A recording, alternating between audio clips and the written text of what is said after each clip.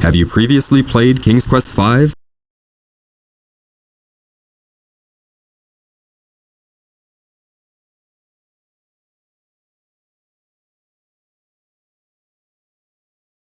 Warning, this cartoon contains material that may be necessary for information or clues to complete this game.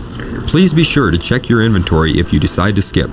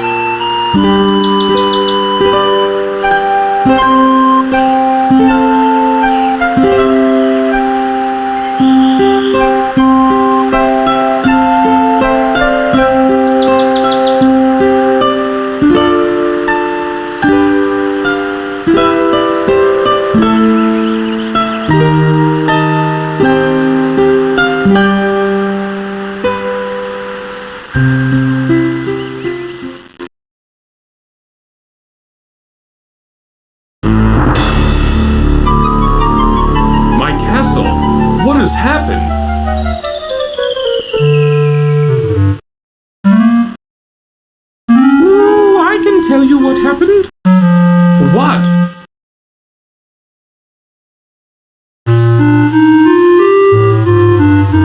Oh, I know what happened to your castle. I saw it all. Yes, I did. You did? Well then, what happened?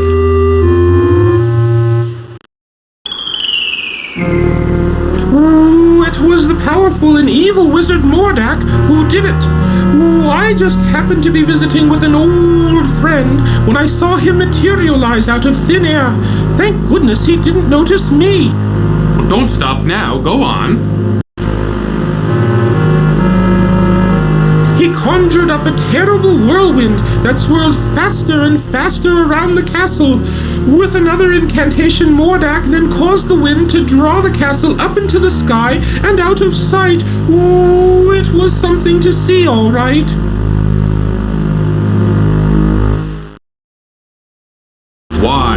Why would this wizard, Mordak, want my castle? What could he have against me and my family? That I don't know. Oh, I only know that it was Mordak who took your castle and your family. Well, perhaps I can help you. My employer also happens to be a wizard, which is why I recognized Mordak. Oh, unlike Mordak, though, my employer is a very good wizard. His name is Crispin Arthur, but we all call him Crispin for short. The only problem is, you see...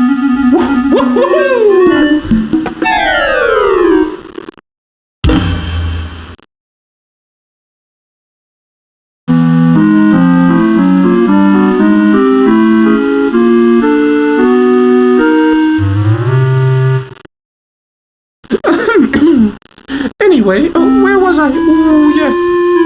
The only problem is that Crispin is getting on in years and tends to be a bit forgetful. I don't know. This doesn't sound as if it would work. Oh, sure it would.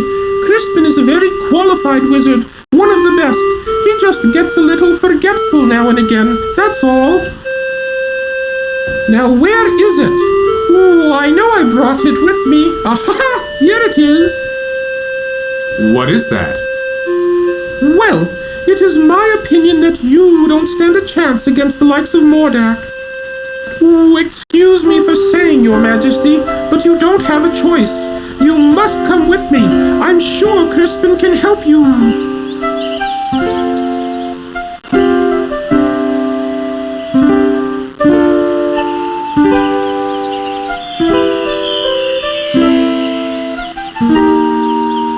What is that stuff? Oh, just some old leftover fairy dust I've been carrying around. Oh, it'll help you to fly. You can follow me to the land of Serenia, where Crispin and I live. It's much too far to walk, you know. Oh, I think the fairy dust is still good.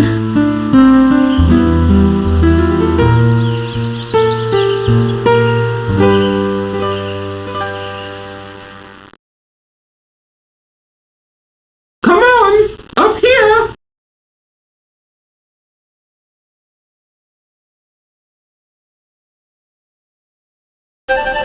Follow me!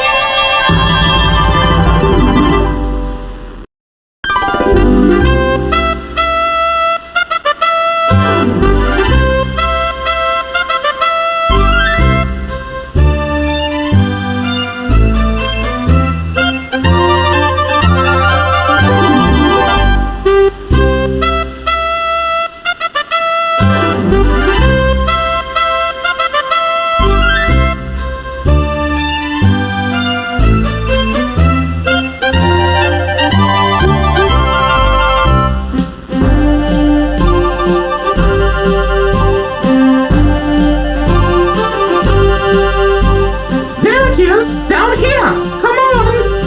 Okay, here I come.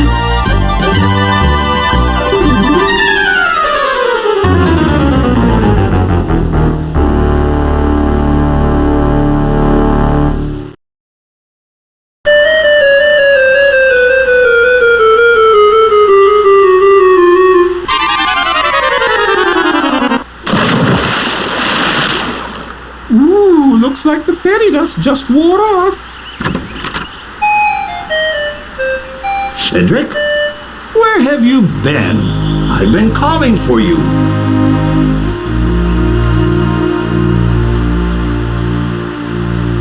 Well, well, what have we here?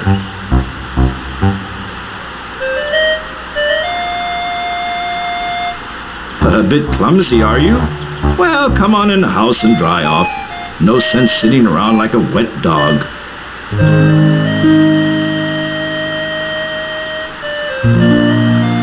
Cedric, go into the house and pour each of us a nice hot cup of tea. Oh, aye, aye, Crispin.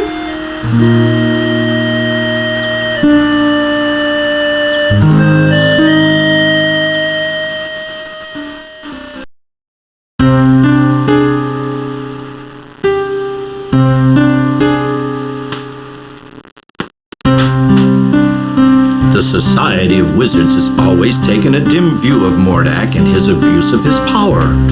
Why, he's even been put on suspension a few times. It never seems to do any good, though.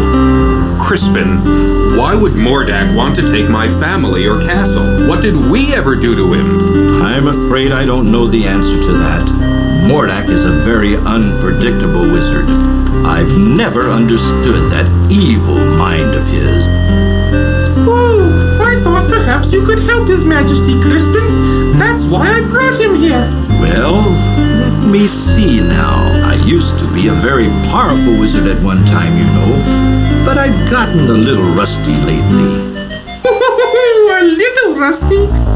That's quite enough from you, Cedric. Oh, yes, sir, Crispin, sir.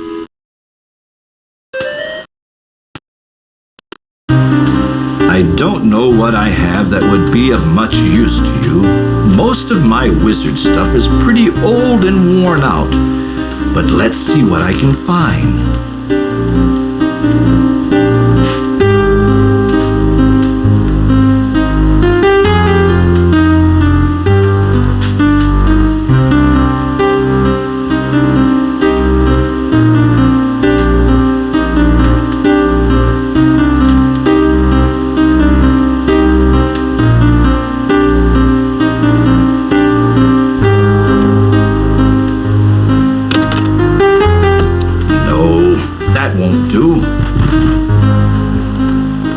Used up. It might work. Here, eat this. What is that? That's an old piece of magical white snake I had left over from last year. With it, you'll be able to communicate with the natural and animal world. You could find that quite helpful.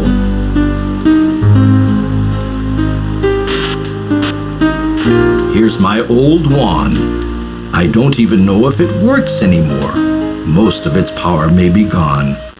You should know that wands are like pets. They've got to get to know you before they'll work for you.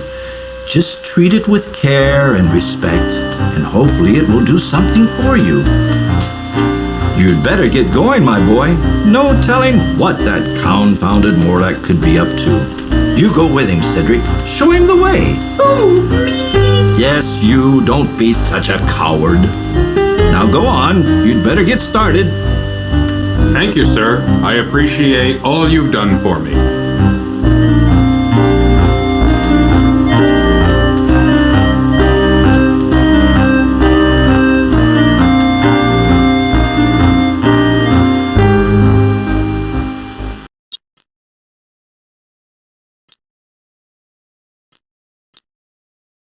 I suggest we visit the town first.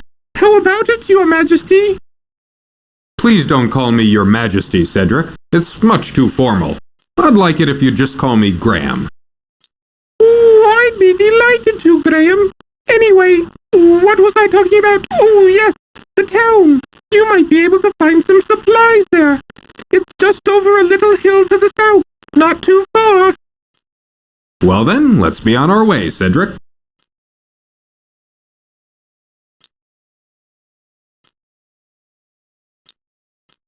Cedric seems to be thinking big thoughts right now, perhaps planning their next move, and so is not in a talkative mood.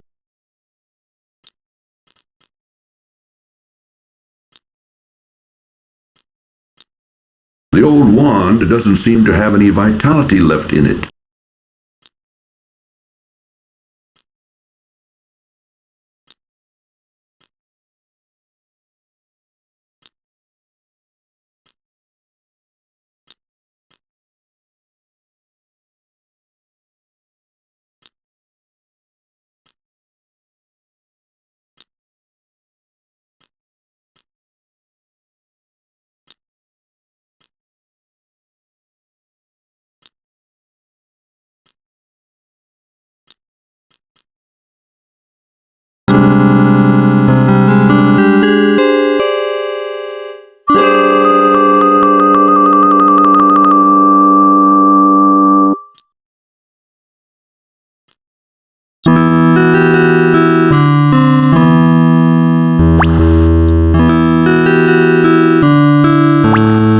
Graceful weeping willow tree grows beside a small pond created from her tears. In her branch-like arms she clutches a beautiful harp as a child would a cherished toy.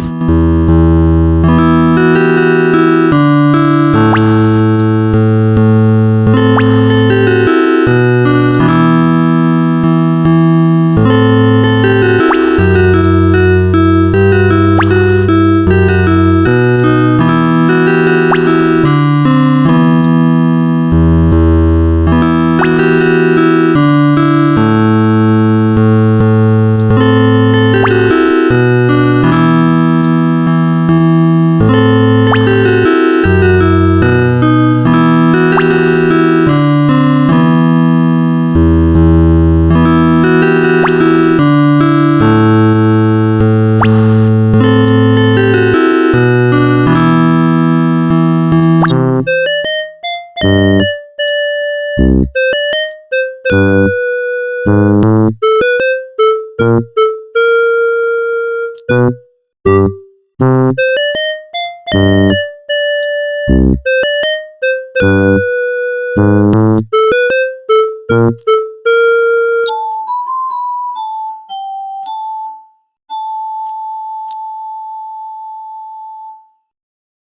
a wonderful bluebird! It could almost make Graham happy again if it wasn't for his family. Upon a fallen log sits a dashing young prince who looks very sad and confused.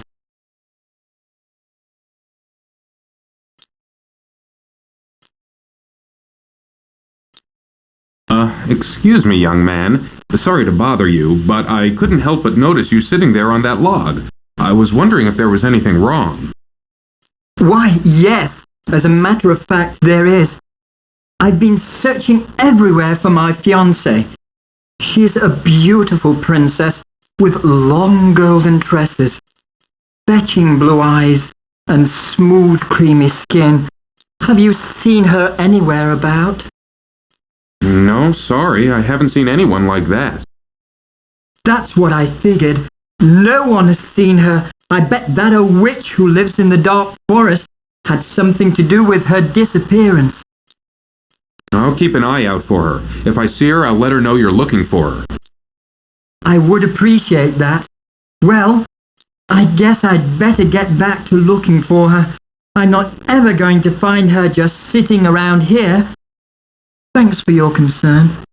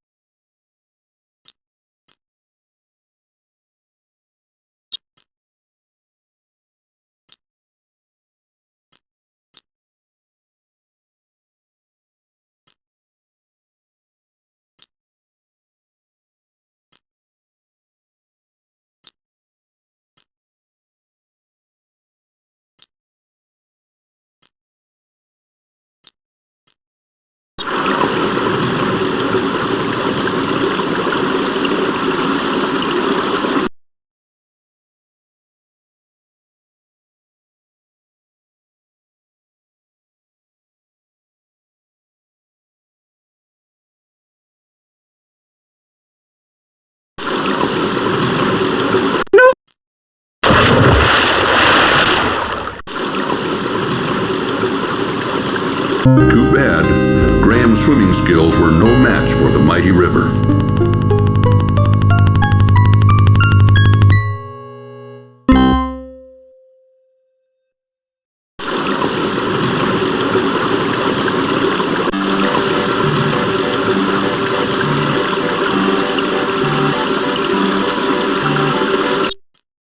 Graham, watch out!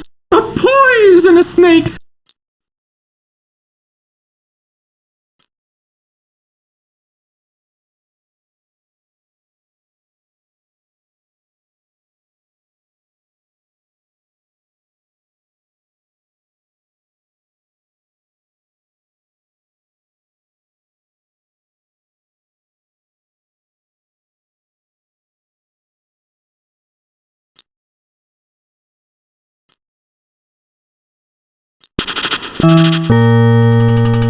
That wasn't wise, Graham. He who speaks with forked tongue should never be trusted.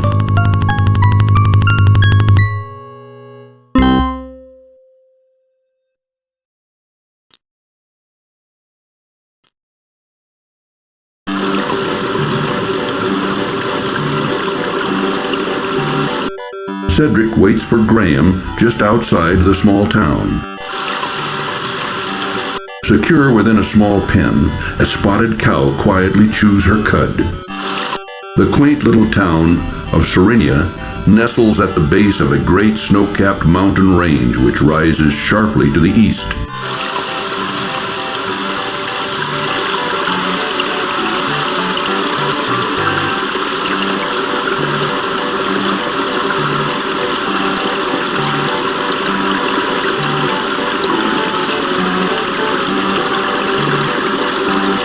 If you're going into town, I'll just wait for you here.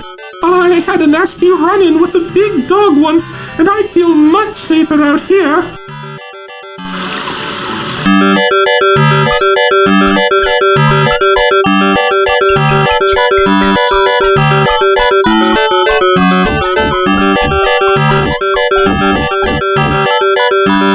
How goes it with you, good fellow?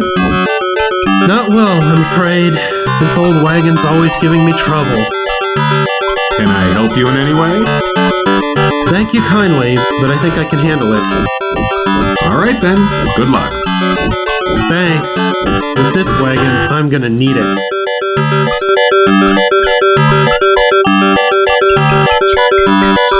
Inside the barrel, Graham sees an old rotting fish.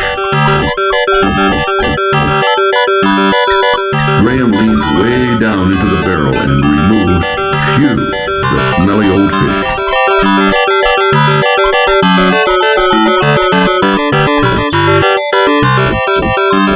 A prosperous-looking tailor shop occupies the town's main corner. A small toy shop fronts the town's cobblestone street. Nearly hidden at the end of the street sits a small shoe shop. The town is busy with people going about their daily chores.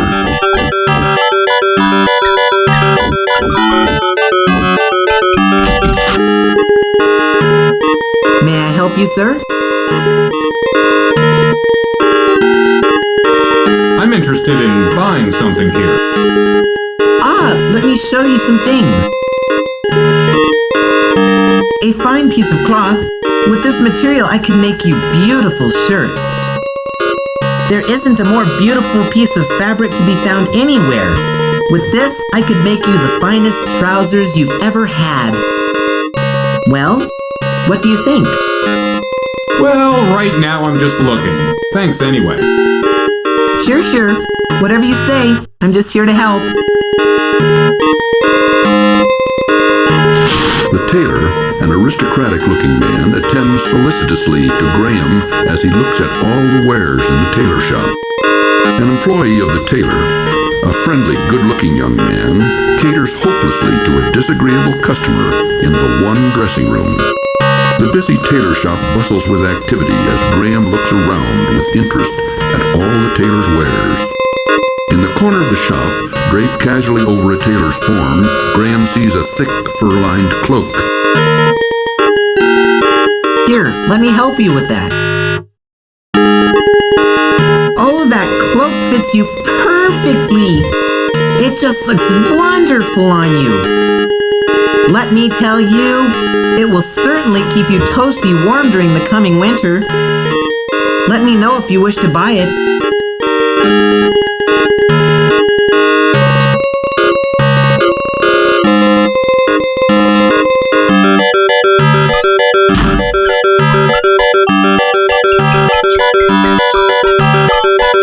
Graham notices a shiny silver coin lying forgotten on the street near the broken wagon. Bending down, Graham quickly retrieves the silver coin from the street.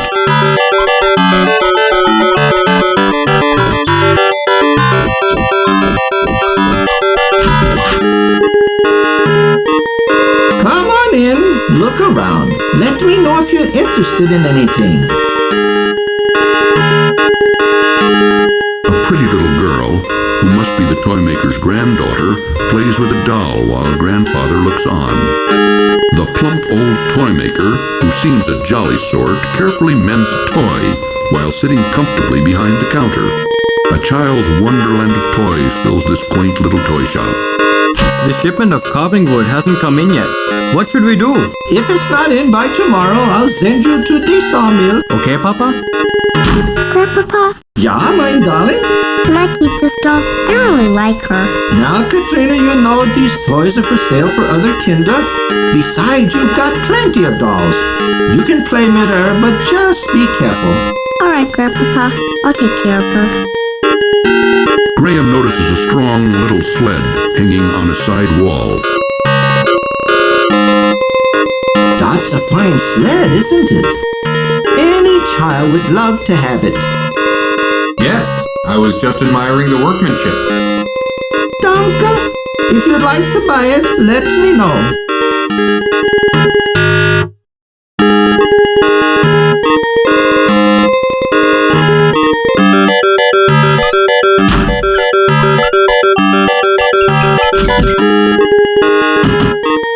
Take a look around if you want, but we don't have any shoes to sell you right now.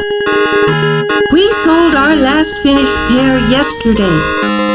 Our business ain't doing so good anymore, and we're getting too old to keep trying.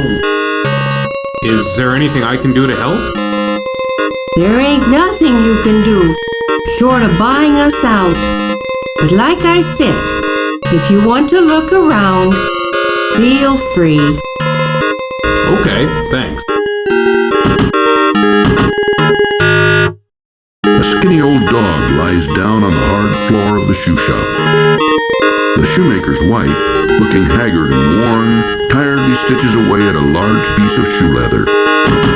The old shoemaker, eyes squinted and fingers calloused from years of making shoes, drives tiny nails into a shoe sole with a small cobbler's hammer.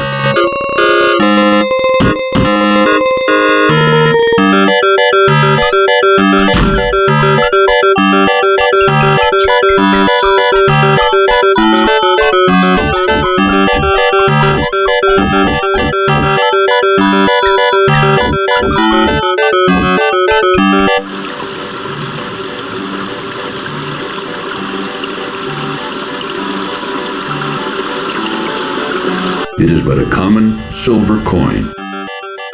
Phew! This smelly old fish is disgusting.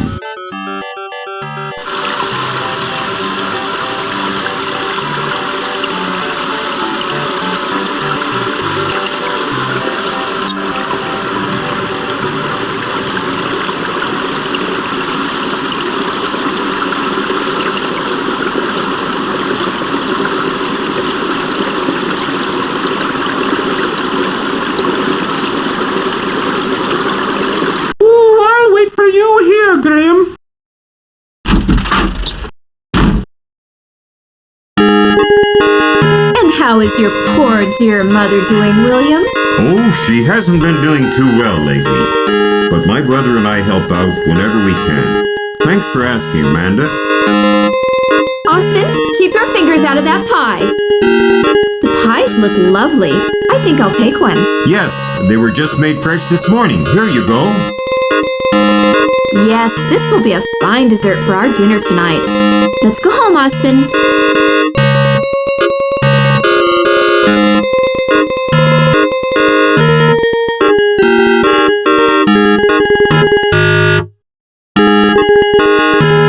Here's the last of the pies.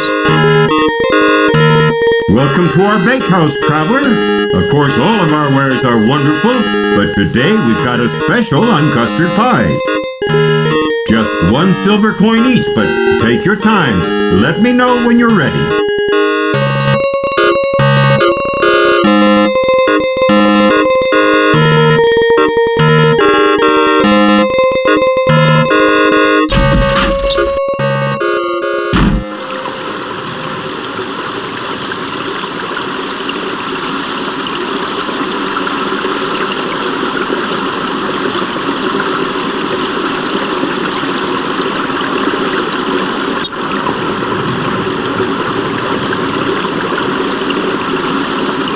Just off a rutted dirt road, a country inn overlooks the picturesque rushing river. An old, uninteresting barn is located behind the country inn. A large haystack dominates the area in front of the barn.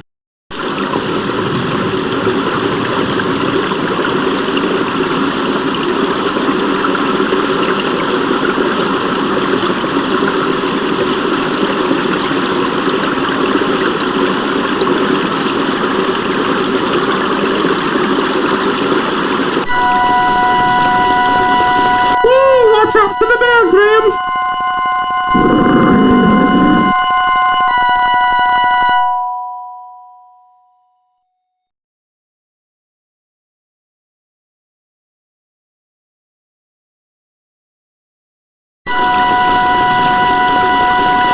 Not being much of a honey eater, Cedric shows little interest in the beehive. Cedric seems to be quietly contemplating their current situation, and so is not inclined to indulge in conversation right now. A large bear seems to be very interested in the honey inside the old tree. The bear is too intent on the honey to listen to Ghram.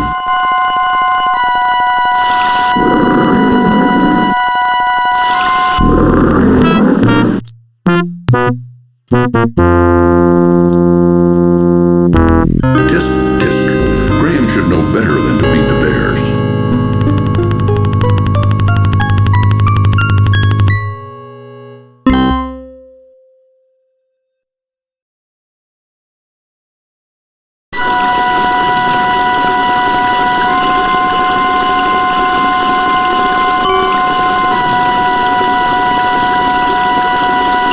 I am Queen Beatrice, kind sir. I wish to thank you ever so much for saving our hive from the claws of that horrible bear. In return, I offer you a luscious honeycomb from our hive. Please feel free to retrieve one. I promise my bees won't harm you. It may come in handy on your travels.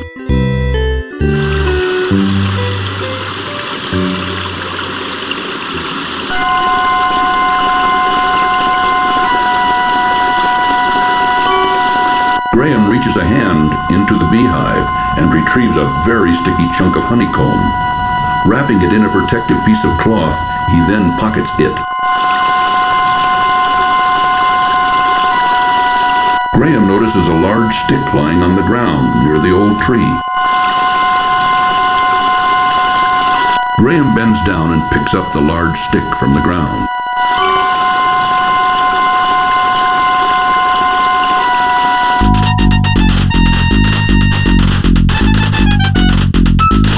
A bully of a dog terrorizes the poor ants as he playfully digs at their large anthill.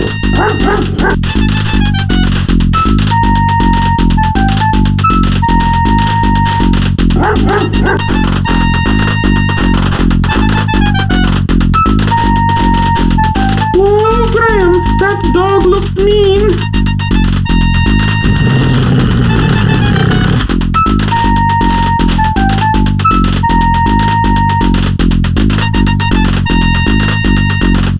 Honey drips at the edges of the honeycomb chunk. It appears to be an average stick of wood.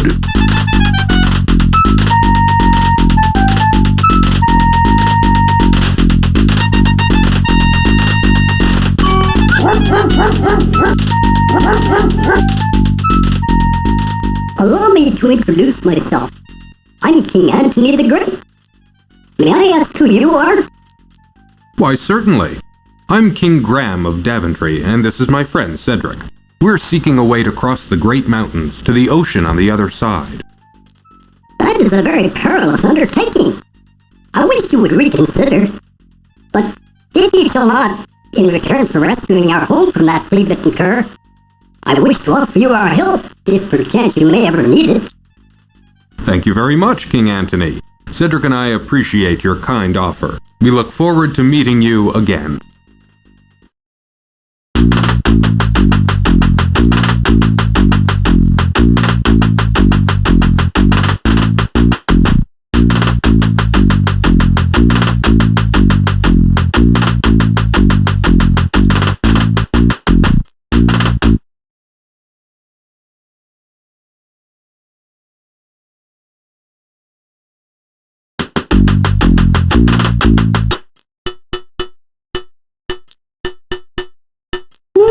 keep your eye on the gypsies, Graham. I don't trust them.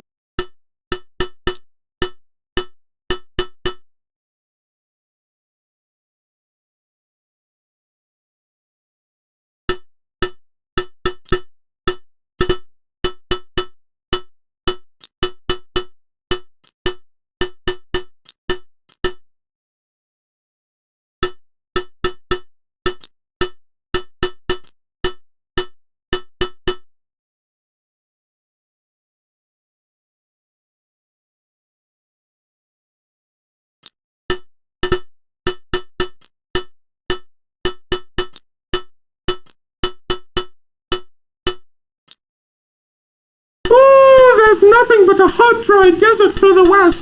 Most people avoid it because there are bandits out there. If you insist on going, I'll wait for you here.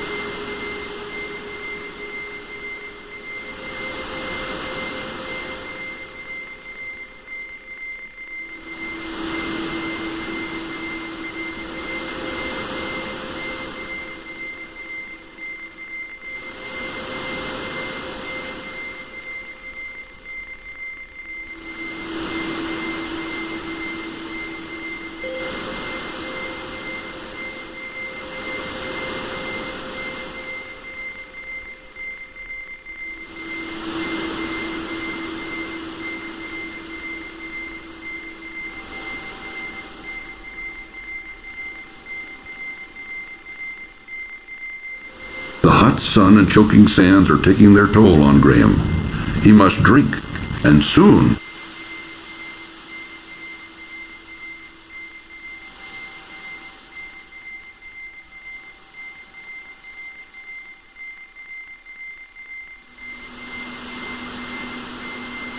The hot sun and choking sands are taking their toll on Graham. He must drink, and soon.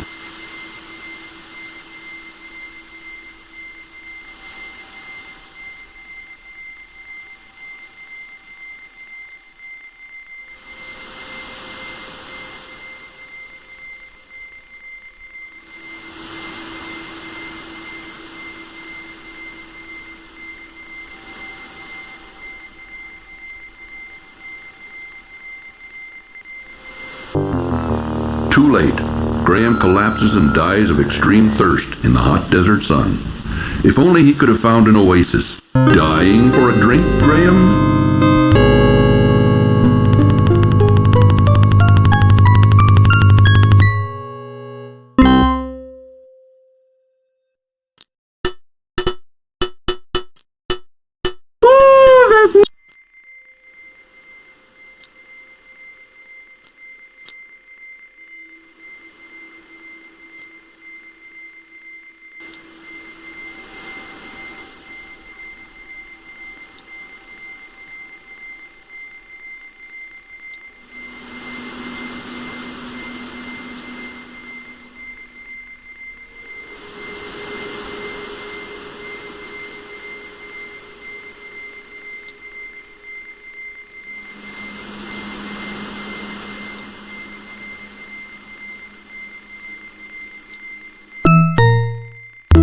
Too bad.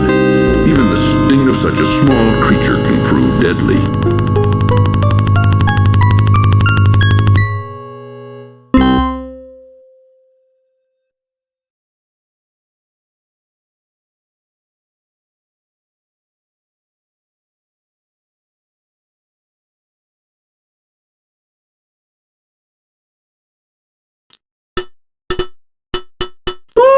There's nothing.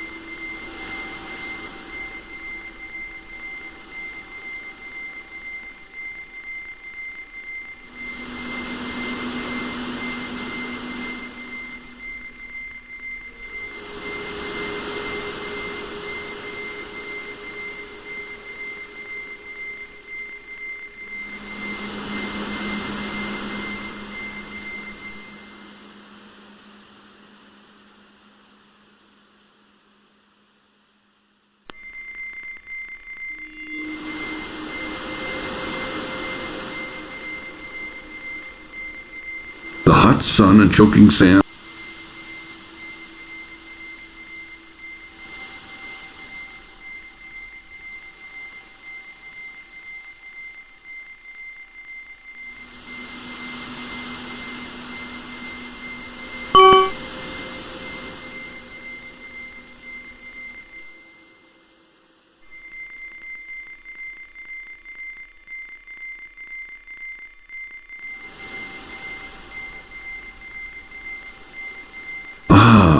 Life-giving water, nectar of the gods. Ghram can now feel strength and renewal flowing through him.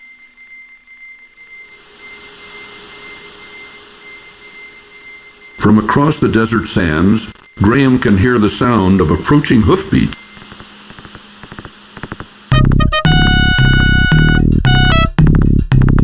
A spy! Get him! Never trust a bad guy, Ghram.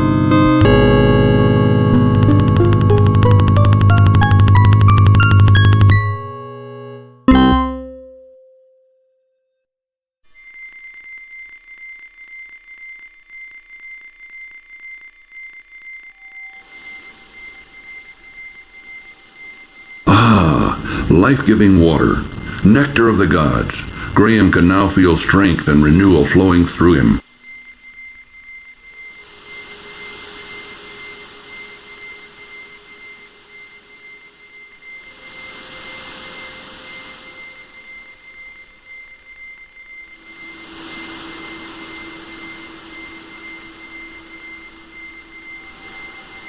A small pool of water has formed in the space between the two rocks.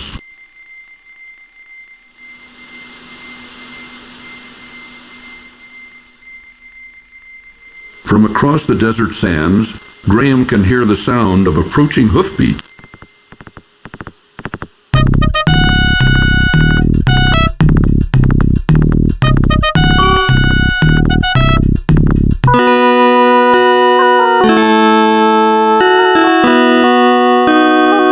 Open sesame!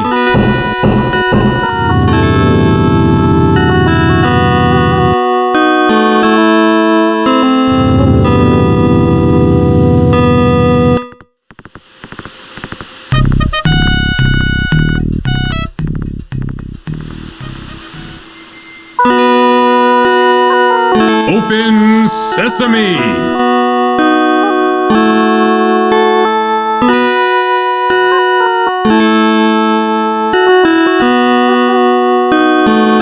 Majestically before him, the massive temple door beckons tantalizingly to Ghram.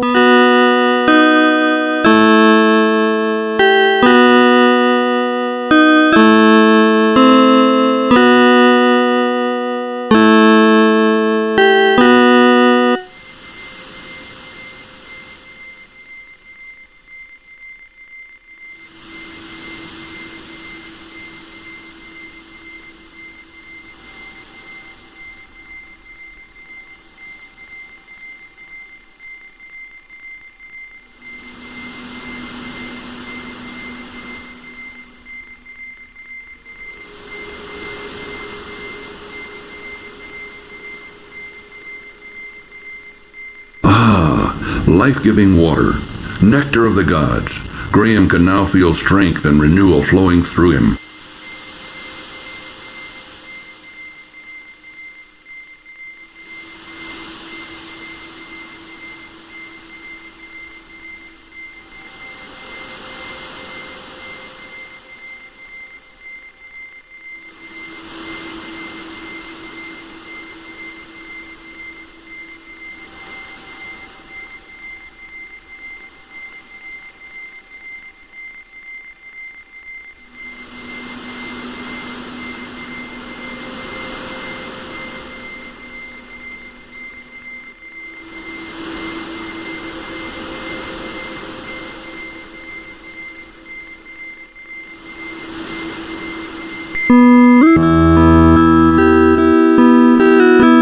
A small oasis.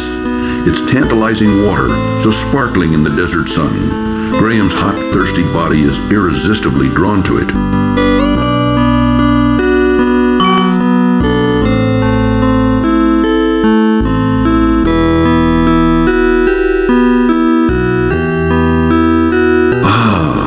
Life-giving water, nectar of the gods. Ghram can now feel strength and renewal flowing through him.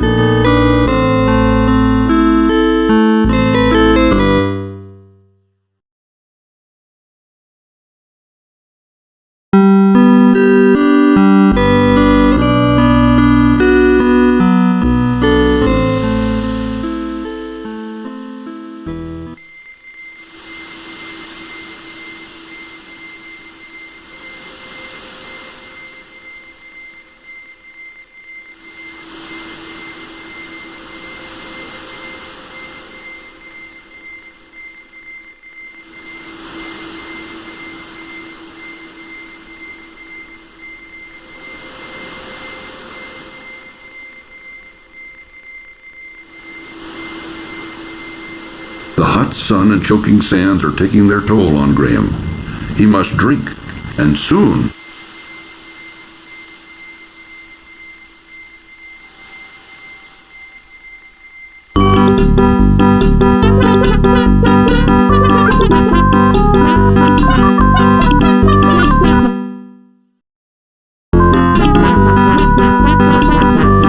With disgust, Ghram looks at a drunken bandit lying face down in the desert sand, completely passed out. The bandits' horses rest in the desert sun, while their unsavory owners revel within the large tent. Beautiful harem girl belly dances for the merrymaking bandits within the larger tent. The campfire, all but forgotten, has been reduced to a pile of glowing embers. A large clay jar full of water stands by the campfire.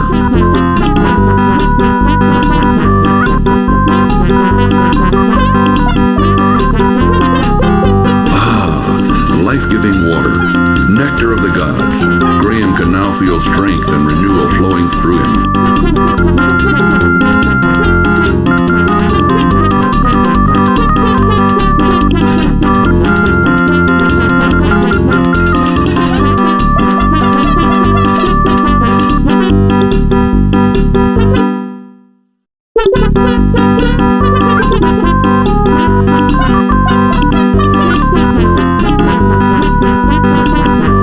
An intruder! That wasn't a very smart move, Ghram.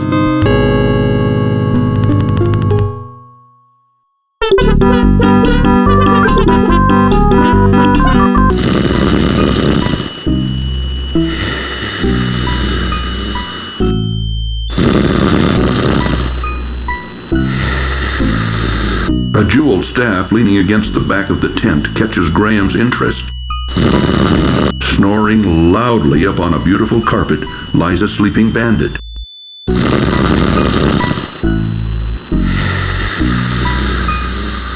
Taking care to be very quiet, Ghram reaches out and takes the staff into his possession.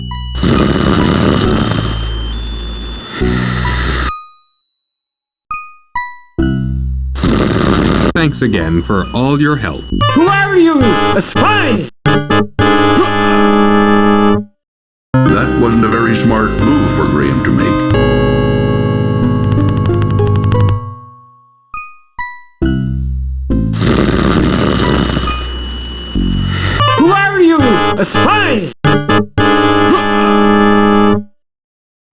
wasn't a very smart...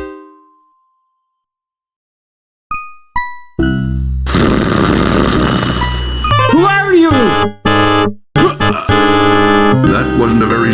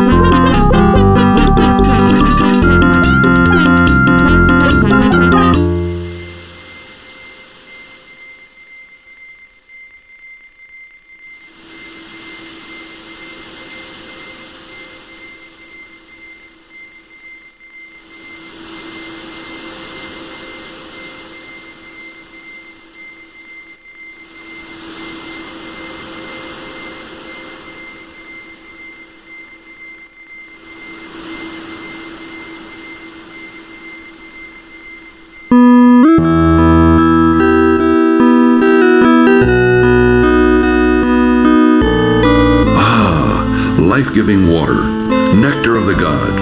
Ghram can now feel strength and renewal flowing through him.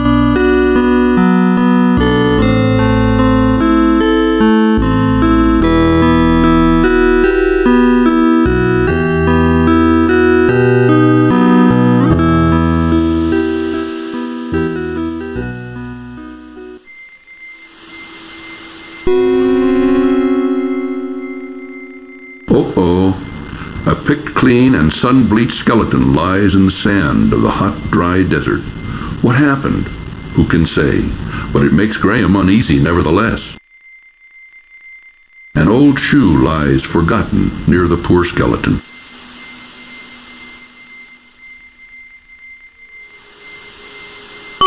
Uneasily, Ghram reaches down and removes the old shoe from the desert sand.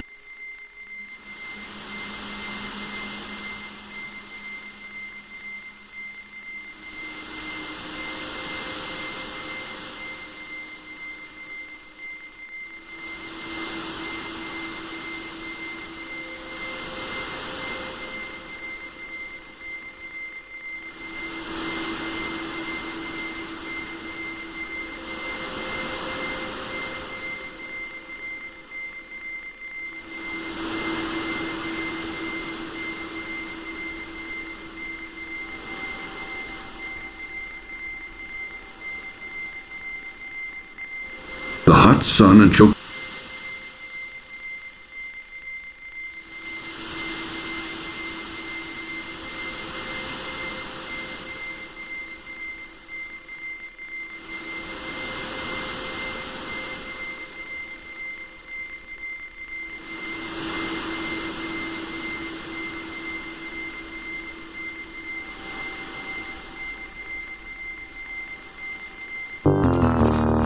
Too late. Ghram collapses and dies of extreme thirst in the hot desert sun. If only he could have found an oasis. Dying for a drink, Ghram?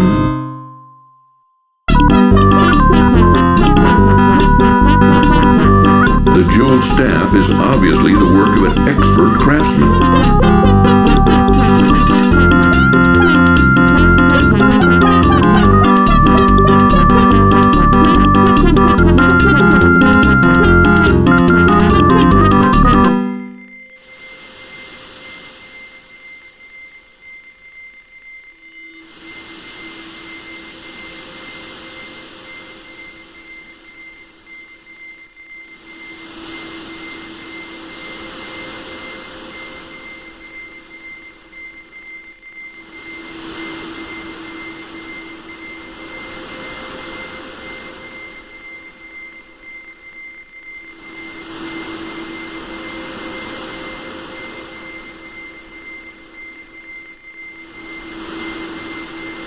The hot sun and choking sands are taking their toll on Ghram. He must drink, and soon.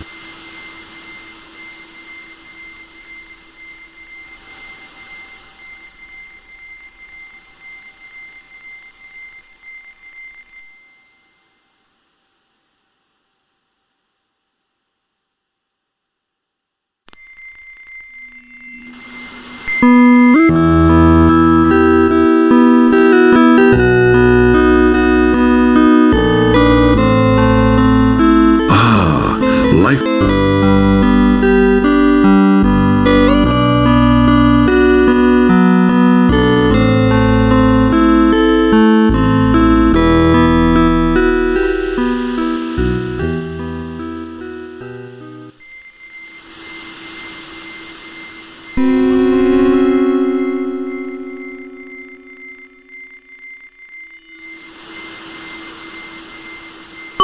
Uneasily, Ghram reaches down and removes the old shoe from the desert sand.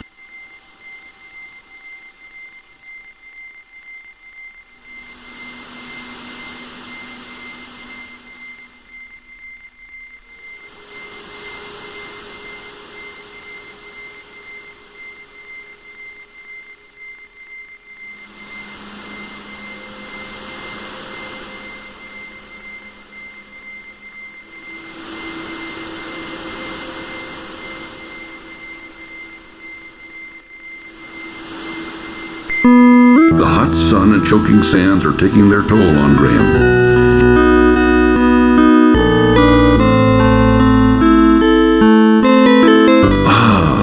Life-giving water, nectar of the gods. Ghram can now feel strength and renewal flowing through him.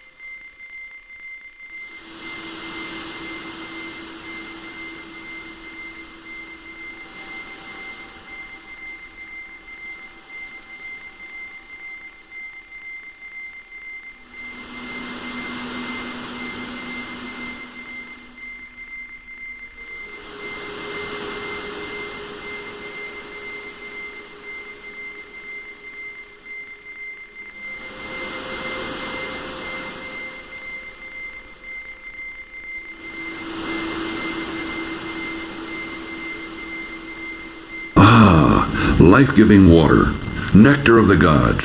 Ghram can now feel strength and renewal flowing through him.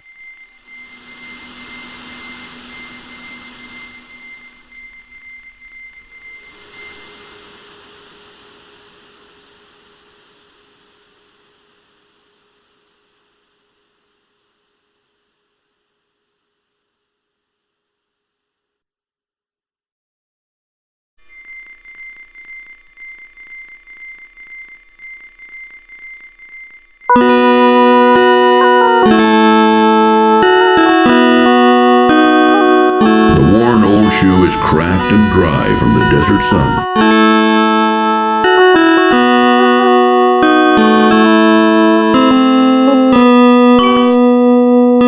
Open sesame!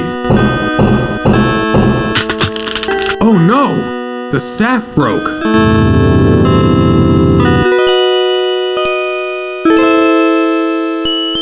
Oh my! Look at all this treasure! Hurry! The exit door is about to close. Cheer up, Ghram. At least you can practice your game of tiddlywinks.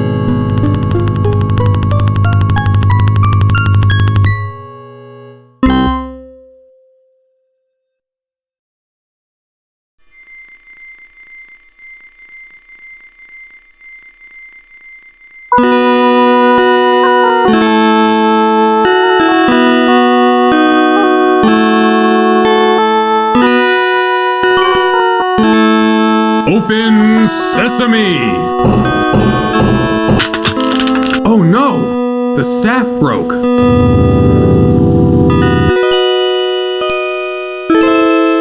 A single gold coin, separated from the rest of the treasure, lies on the floor near the door. Near the temple door sits an old, tarnished brass bottle. Quickly, Graham grabs the old brass bottle. Bending down, Graham hurriedly picks up the gold coin from the temple floor. Hurry! The exit door is... Phew, that was close.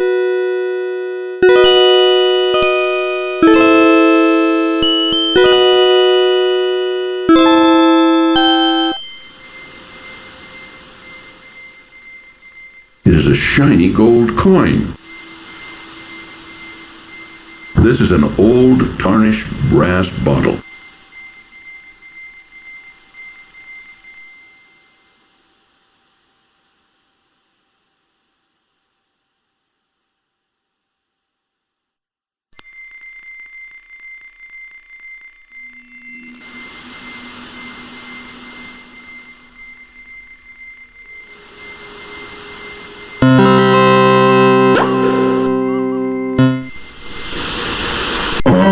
Freedom at last! Now you spend the next 500 years in a bottle.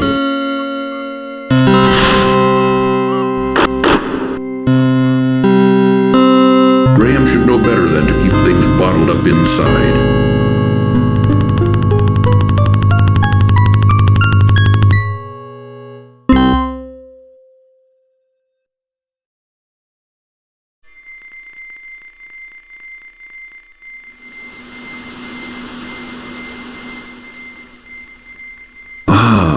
Life-giving water, nectar of the gods.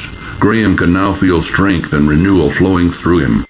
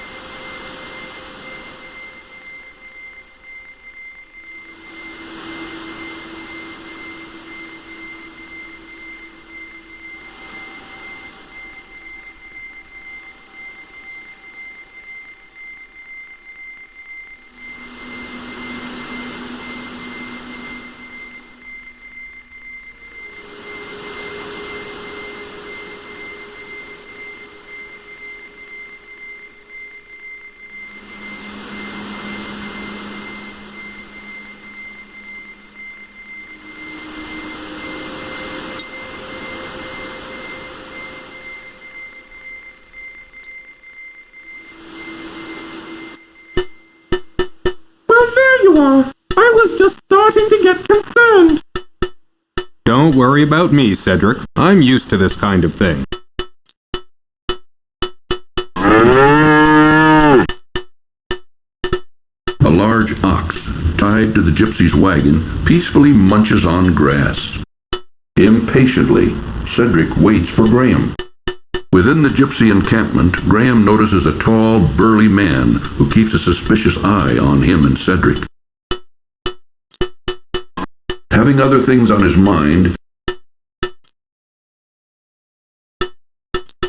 It will cost you 1 gold coin to see Madamushka.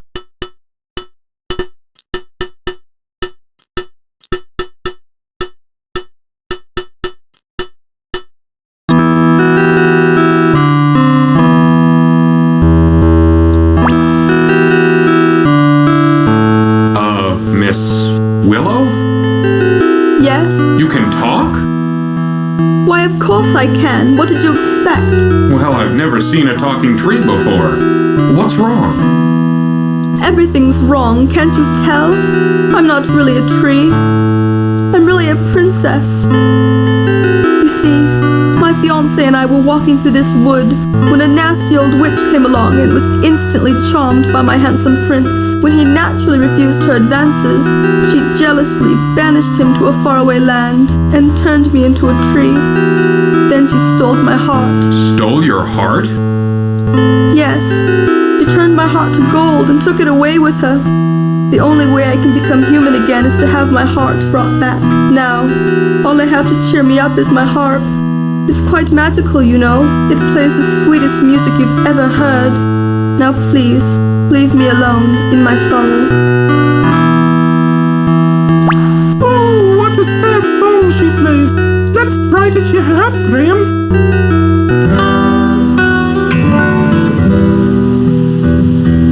How will I find this heart of mine, taken from me for some time? Here I stand near my pool of tears. Here I'll stay throughout the years.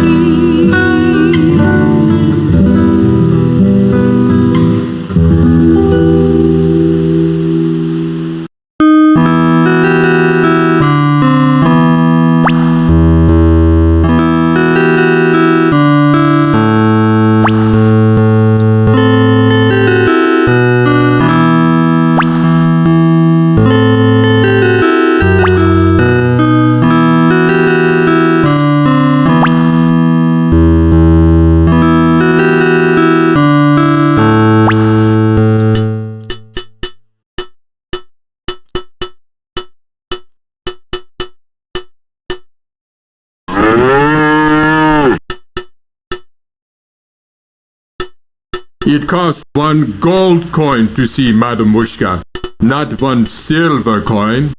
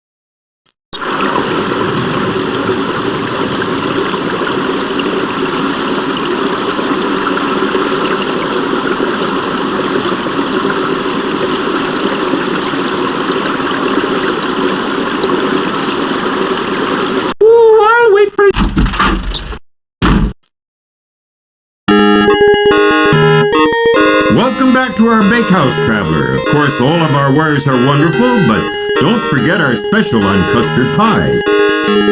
Just 1 silver coin each, but take your time. Let me know when you're ready.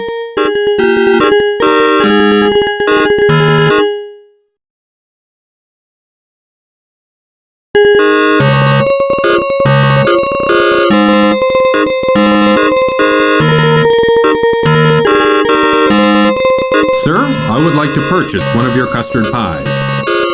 These pies cost 1 silver coin each. Will a gold coin do? Sure. Okay, here you go.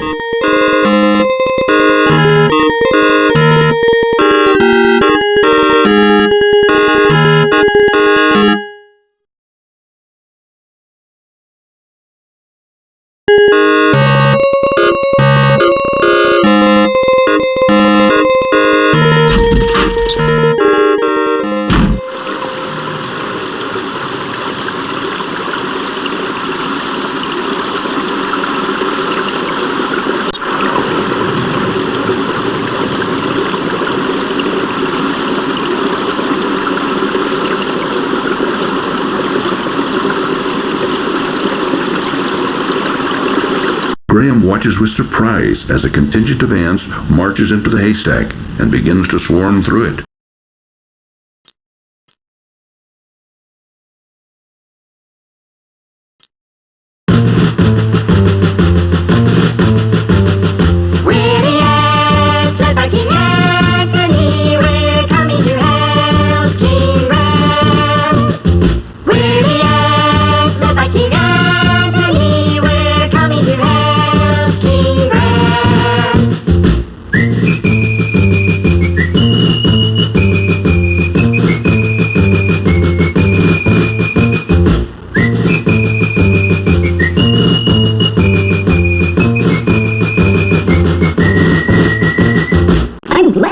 There was a way that we could be of help to you.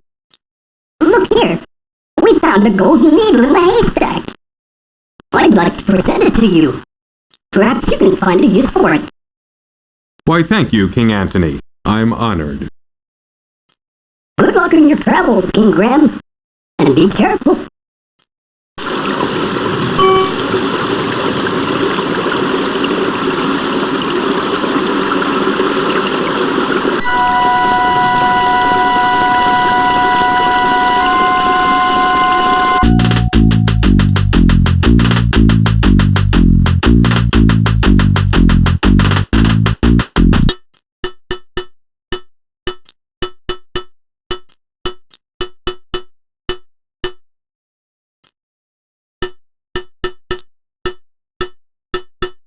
This is a large golden needle.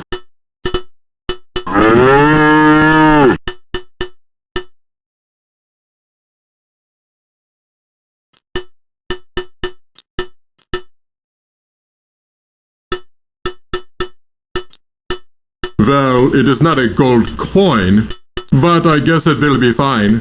Go on in and see Madamushka. Warning, this cartoon contains material that may be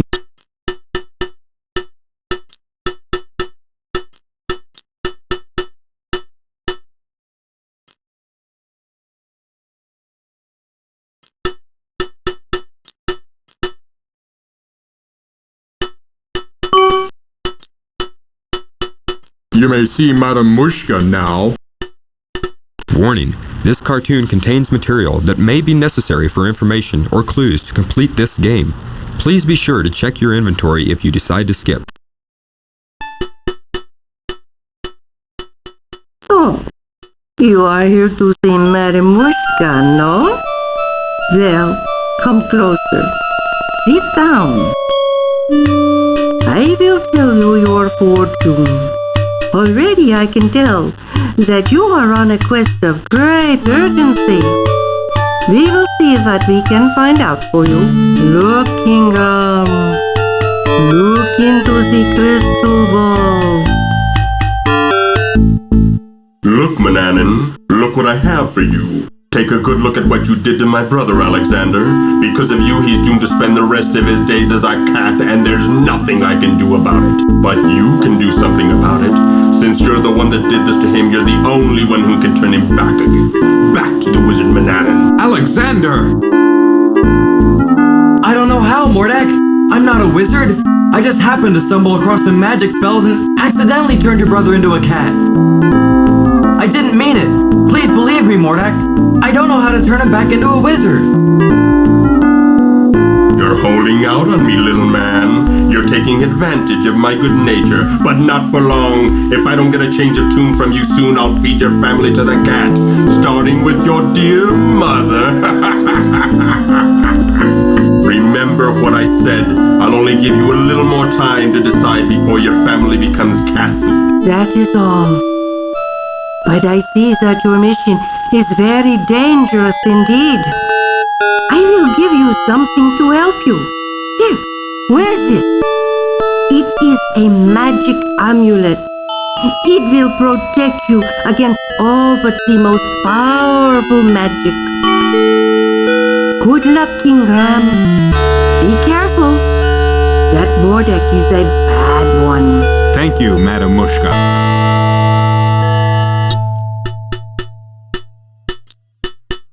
Madamushka is tired. No more for today.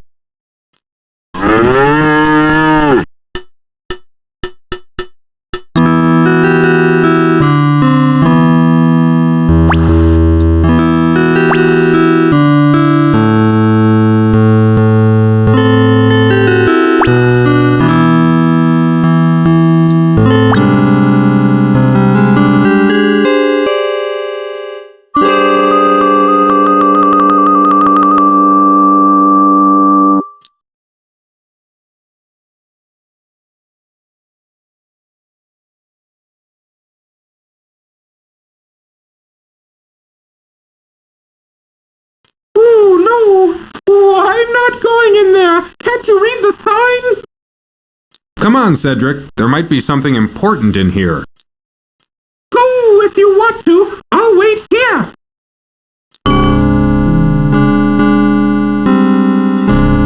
It seems to Graham that there is an unusually large number of toads in this forest.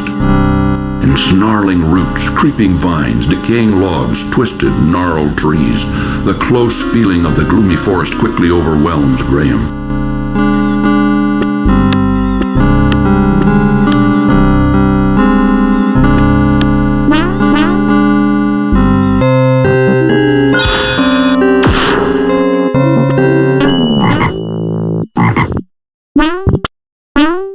That old witch caught Graham totally off guard.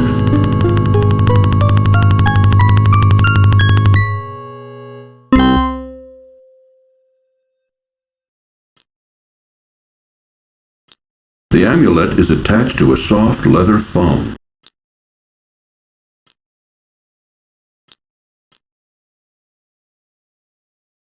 The magic amulet begins to glow softly as Graham slips it over his head. He then carefully tucks the amulet into the front of his tunic, hiding it from sight.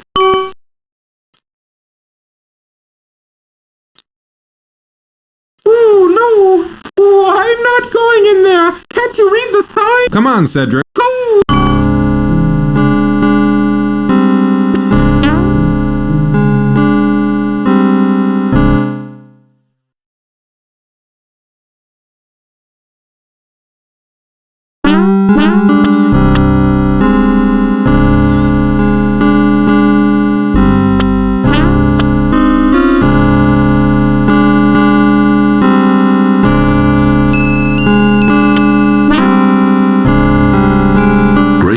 Firmly on the door in the tree, but finds it securely locked.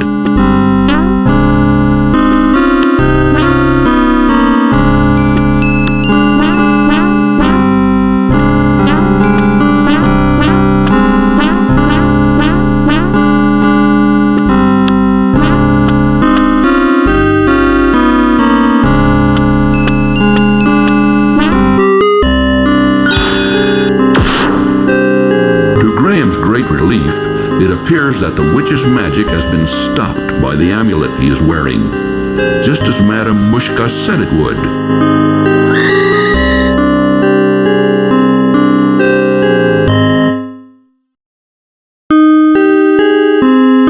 Though she may look like an ancient old woman, this witch is really very powerful, and much too strong to be shoved aside by a mere man, as she staunchly defends her bridge.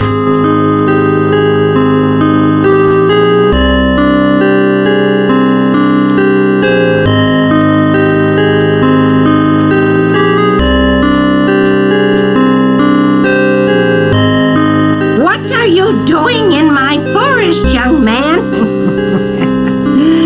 Don't you know you're trespassing? Oh, I didn't know this was a private forest. Do you own it? Of course I own it. It's mine. And what did you do to my magic? I don't think you need to know. Now tell me something. How does one leave this confusing forest? I'll never tell. I'm afraid you're stuck, dearie. Now you're my prisoner. We'll see about that. Yes, won't we?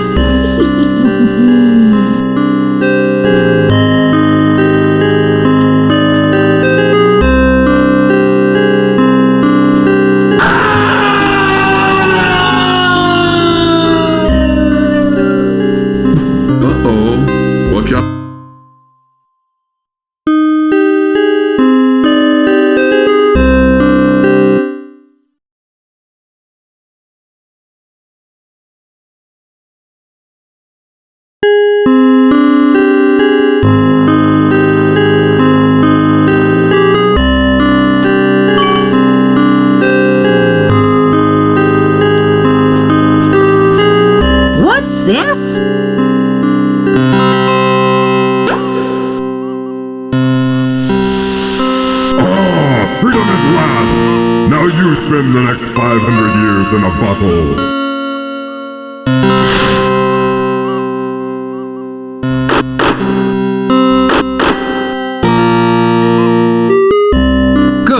That old witch won't be seen here for a long time. But now, how to get out of this dreadful forest?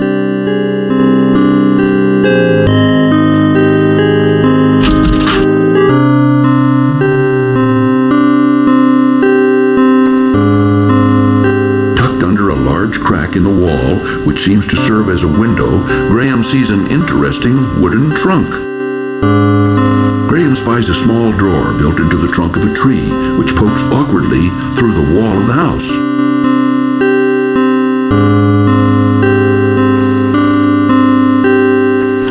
A small leather pouch is tucked away in the drawer.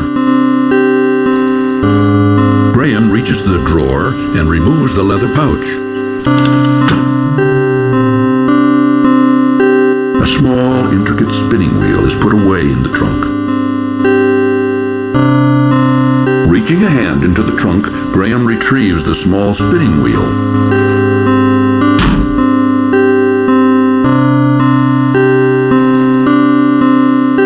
An interesting incense burner hangs from a protruding tree branch. Occasionally, from within it, a tiny glint winks. What's this? Why, it's a little key. It is a tiny brass key. This appears to be a small, intricately constructed spinning wheel.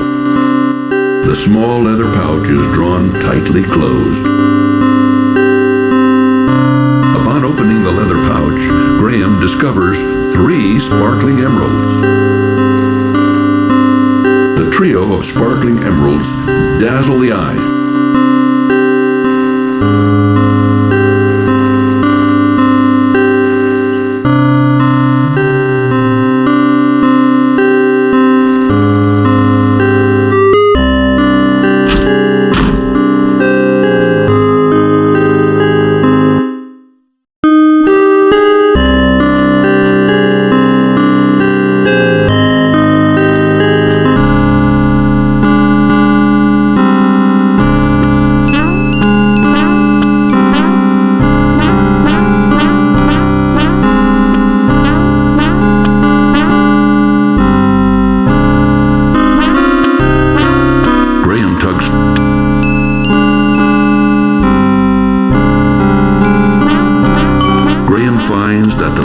Fits perfectly in this lock.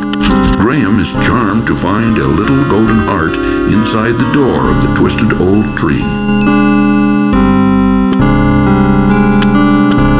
Reaching into the little door of the tree, Ghram extracts the little golden heart.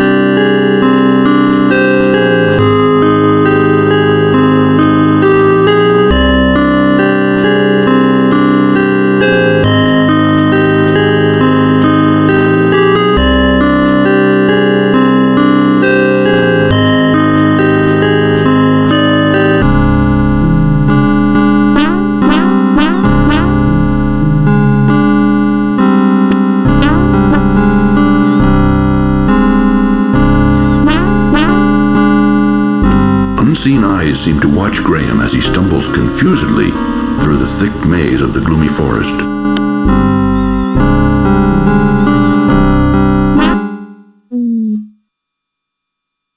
Peering curiously at him through the heavy foliage of the dark forest, Ghram notices several pairs of bright, blinking eyes.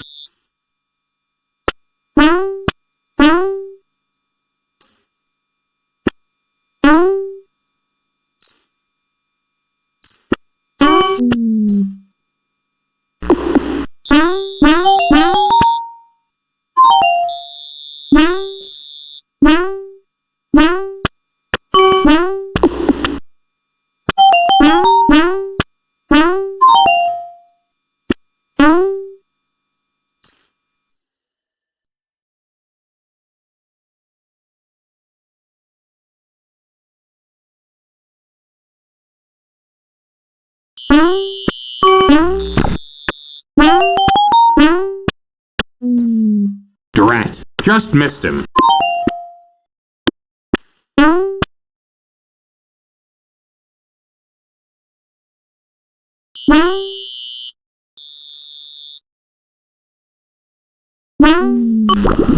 Graham squeezes the honeycomb as hard as he can, which causes the honey to drip out of it onto the ground, creating a sticky little puddle at his feet.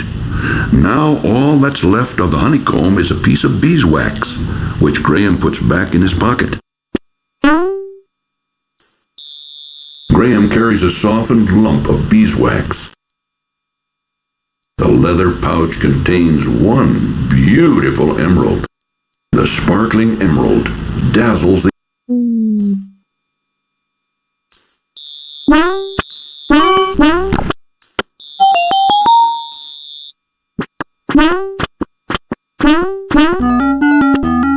Please, let me go. I beg of you. Why should I do that? What will you do for me? I'll show you the way out of the forest, if you let me go. How do I know I can trust you? I give you my word. An elf never breaks his word. Well, it's against my better judgment, but okay. Move over, Rocky. You're in our way. sorry.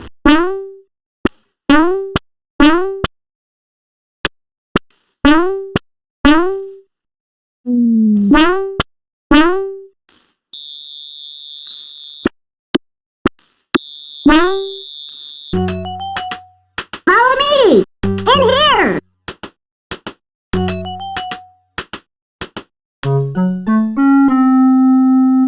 A small hole burrows in at the base of an immense tree. A small hole. Graham has entered a secluded clearing in a quieter, more pleasant area of the dark forest. Warning, this cartoon contains material that...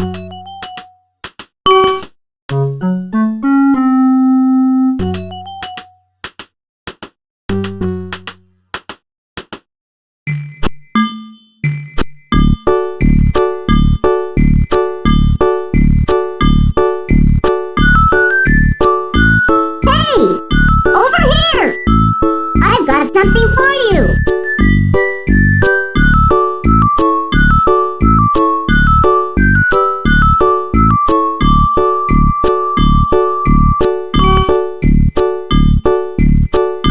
I never take anything without giving in return. For your generosity in giving me those exquisite emeralds, I give you my finest pair of shoes. May they help you in your quest.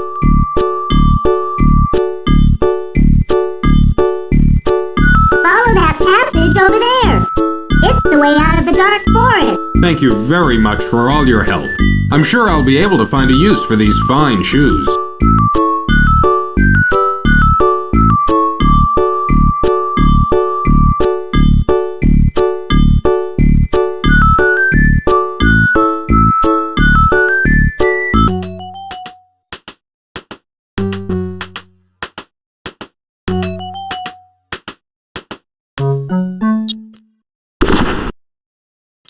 Oh, I'm glad to see you're okay.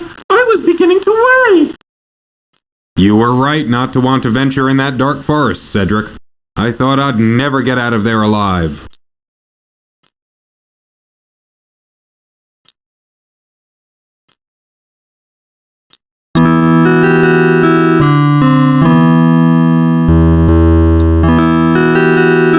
The small heart is made of pure gold.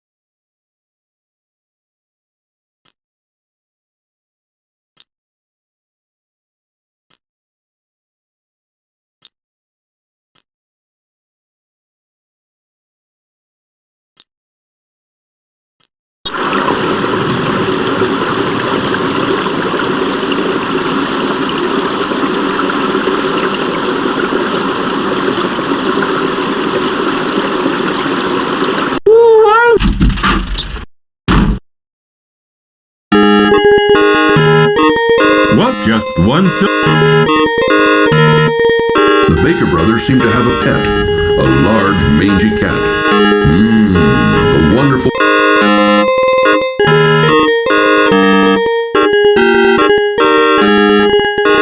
Sir, I would like to purchase one of your custard pies. These pies cost 1 silver coin each. Will a golden heart do? Sure. Okay, here you go.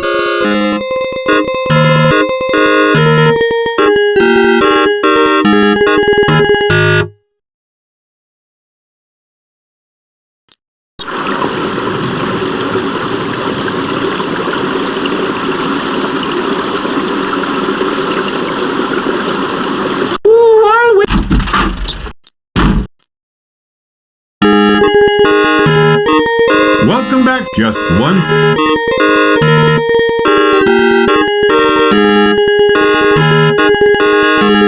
Sir, I would like to purchase one of your custard pies. These pies cost 1 silver coin each. I've got it right here. Here you go. I hope you enjoy your custard pie. Oh, I'm sure I will.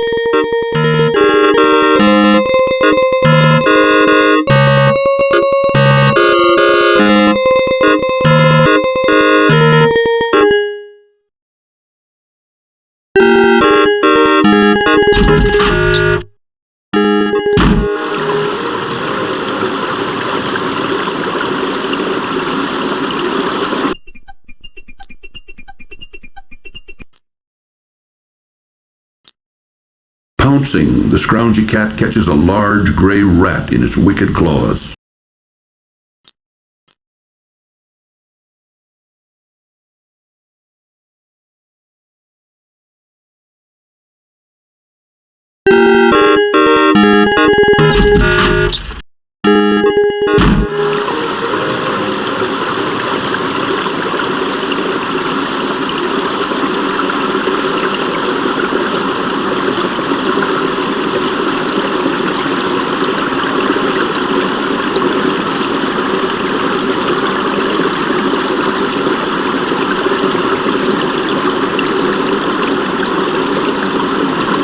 Suddenly, frantic squeakings alert Ghram to a mangy cat chasing a terrified rat.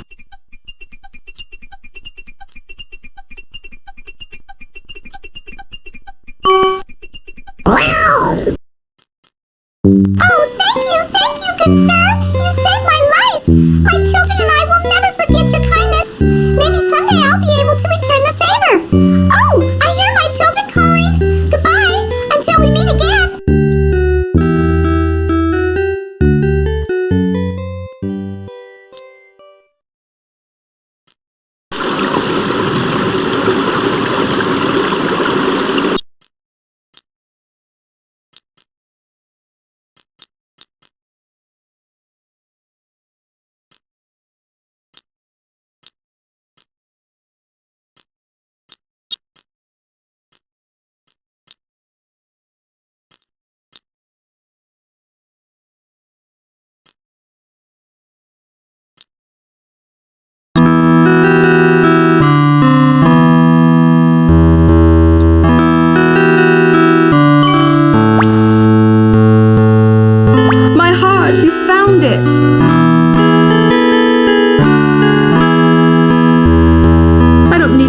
Thing anymore. Look at me, I'm a princess again. Herbert. Alicia.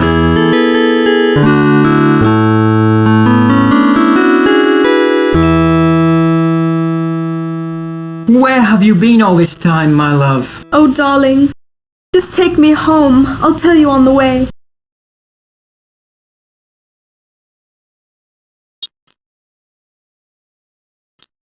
Now, why would she toss aside this beautiful harp?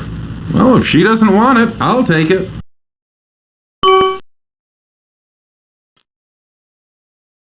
This is the finest pair of shoes Ghram has ever seen, although a bit small for his feet.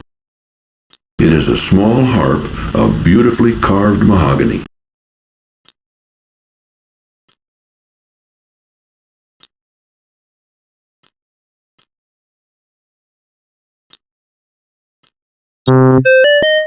An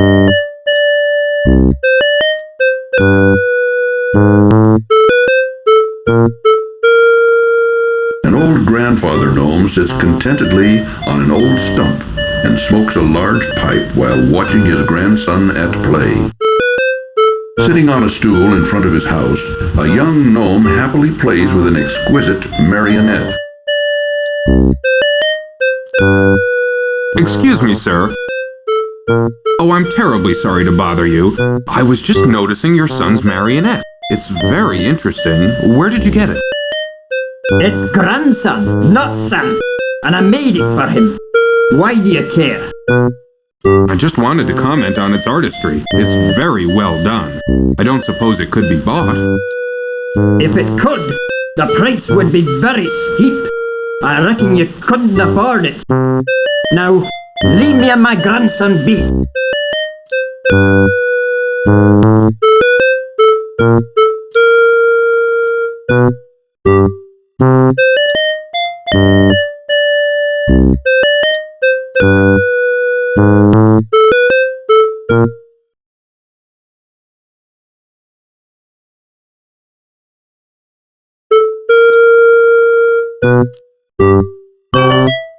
Where did you get this? I thought I had lost it. Oh, is it yours? I found it in the old witch's house in the dark forest. So that's where it got to. The old hag took it, eh? You know, this ain't an ordinary spinning wheel. It's not? What's so special about it? Why, this spinning wheel can spin straw into gold, that's what. Except you've got to know who to use it. I doubt even the witch could figure that out. Thank you for bringing it back to me. Now wait, not so fast. How about that marionette? Don't you think the price of the spinning wheel is worth at least twice that of the puppet? I'd love to have it. Yeah, I guess so. Boy, give that marionette to the man here. I'll make you a new one. Come on, boy. Let's gather up some wood for a new puppet.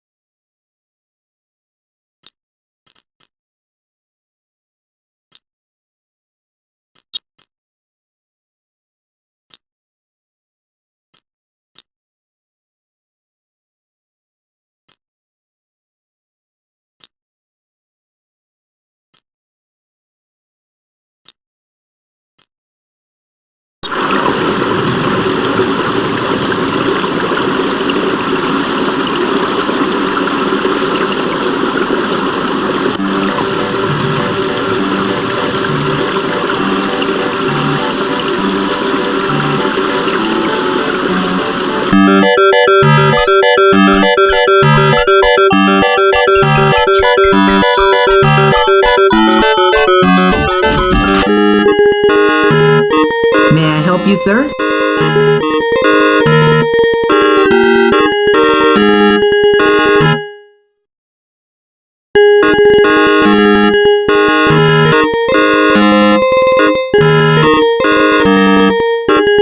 The craftsmanship of the marionette is superb.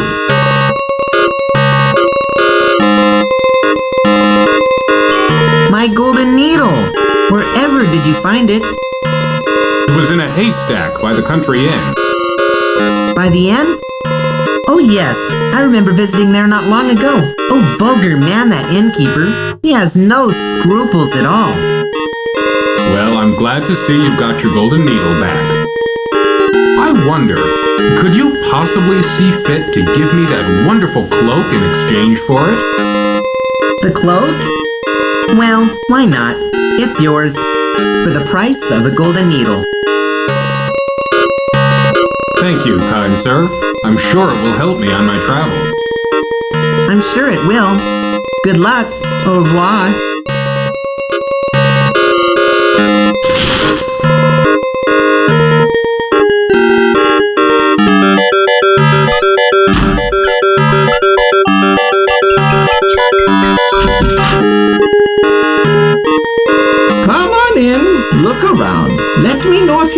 interested in anything.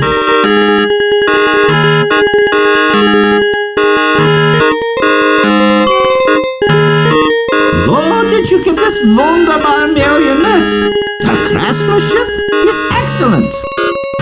Well, I don't know if you'll believe me or not, but I got it from a little gnome. I must have it. Can I buy it from you? Actually, you may have it if you'll give me the sled in trade. Why, of course. But I must tell you, I think I'm getting the better deal. I can always make another sled, but finding another marionette of this quality... Ich weiß nicht. So, can I have the sled? Yeah, take it, it's yours. Thank you very much. I think I'll find this sled very useful. Well, you enjoy it, and danke for the marionette.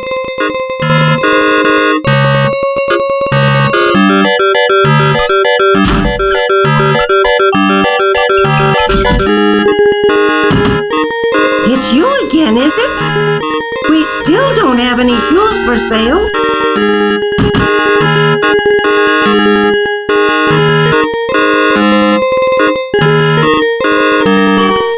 What have we here?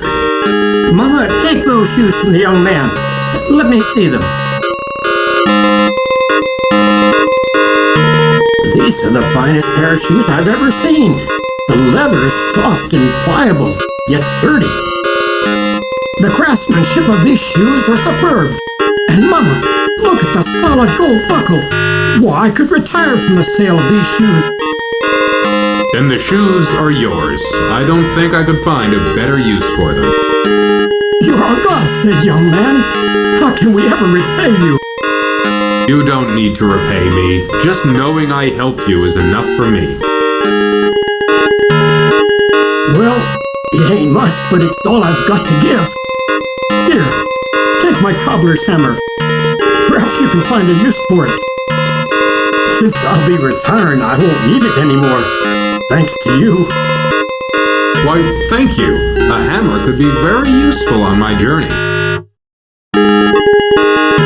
Take care, young man. We'll never forget this. That's right, son. We'll finally be able to retire in comfort. You'll be in our hearts from now on. Come on, Mama, let's go home. Let's celebrate our good fortune.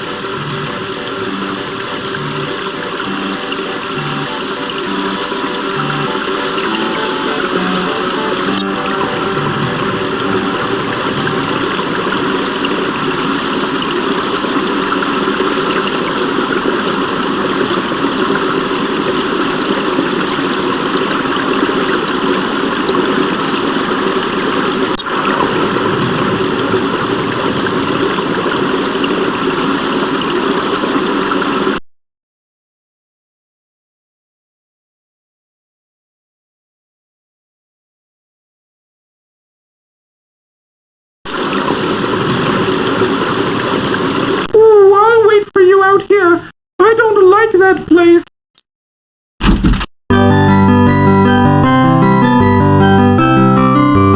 A flea-bitten old dog lies asleep in the corner. Graham notices three rough-looking men huddled over the bar in serious conversation. Since they're talking in such low tones, Graham can't quite hear what they're saying. That job we pulled yesterday? Where's the rest of the loot, huh? I think one of you guys is holding out on me. Gentlemen, please excuse me. I didn't mean to interrupt you.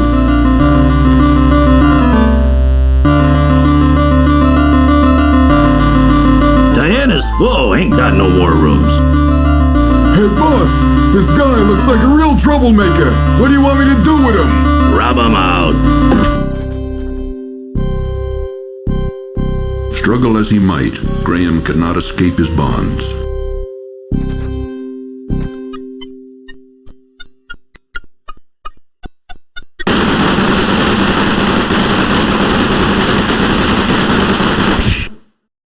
I told you I'd repay your kindness when you saved me from that horrible cat. Good luck, friends.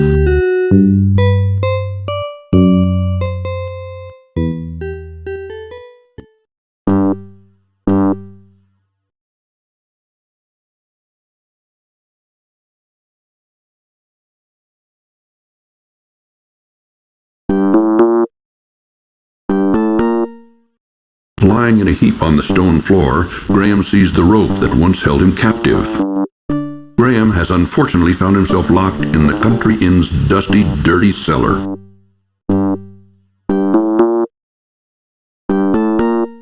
Ghram stoops down and picks up the sturdy rope from the stone floor. A rusty padlock securing the door prevents Ghram from leaving the cellar. This is a small, well-crafted sled. It is a small harp of beautifully carved mahogany. This fine cloak is thick and warm. A good strong rope is a handy item to have. A cobbler would normally use this small hammer to make shoes. Using the cobbler's hammer, Ghram pounds on the rusty padlock until it breaks apart.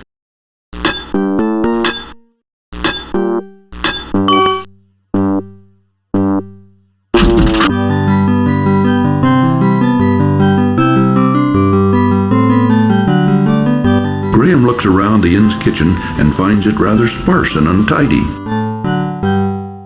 In the corner of the room, Ghram spies a large kitchen cupboard. Inside the cupboard, Ghram sees a large, juicy leg of lamb. Reaching into the open cupboard, Ghram pulls out the savory leg of lamb.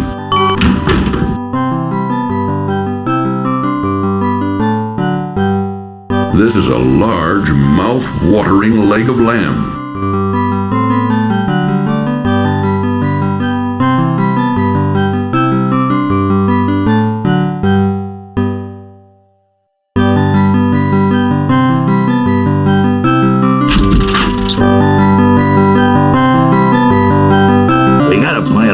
Job, you guys. Hey! How did you get out of the cellar?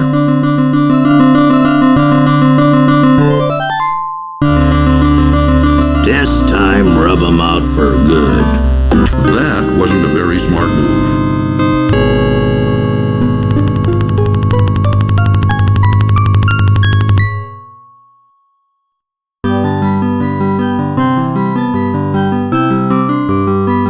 Finding the kitchen door locked, Ghram unlocks it before going outside.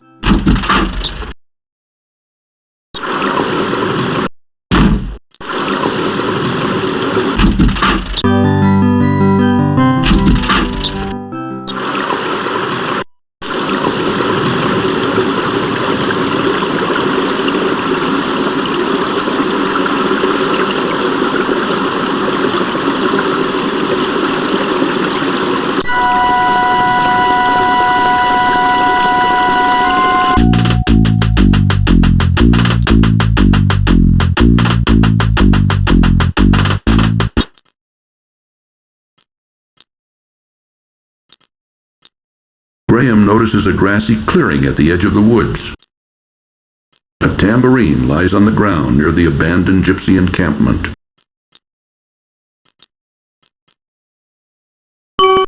Not seeing the tambourine's owner, Ghram bends down and rescues it from the ground.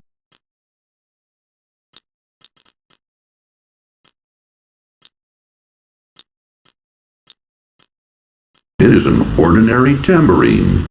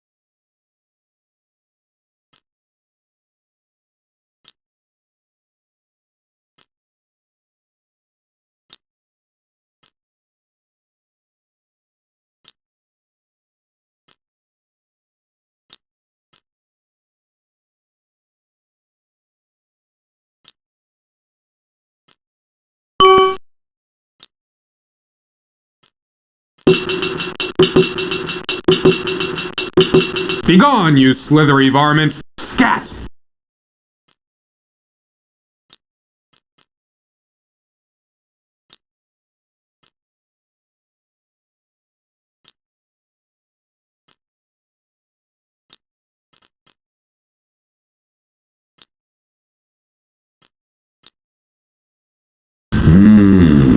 The custard pie looks delicious.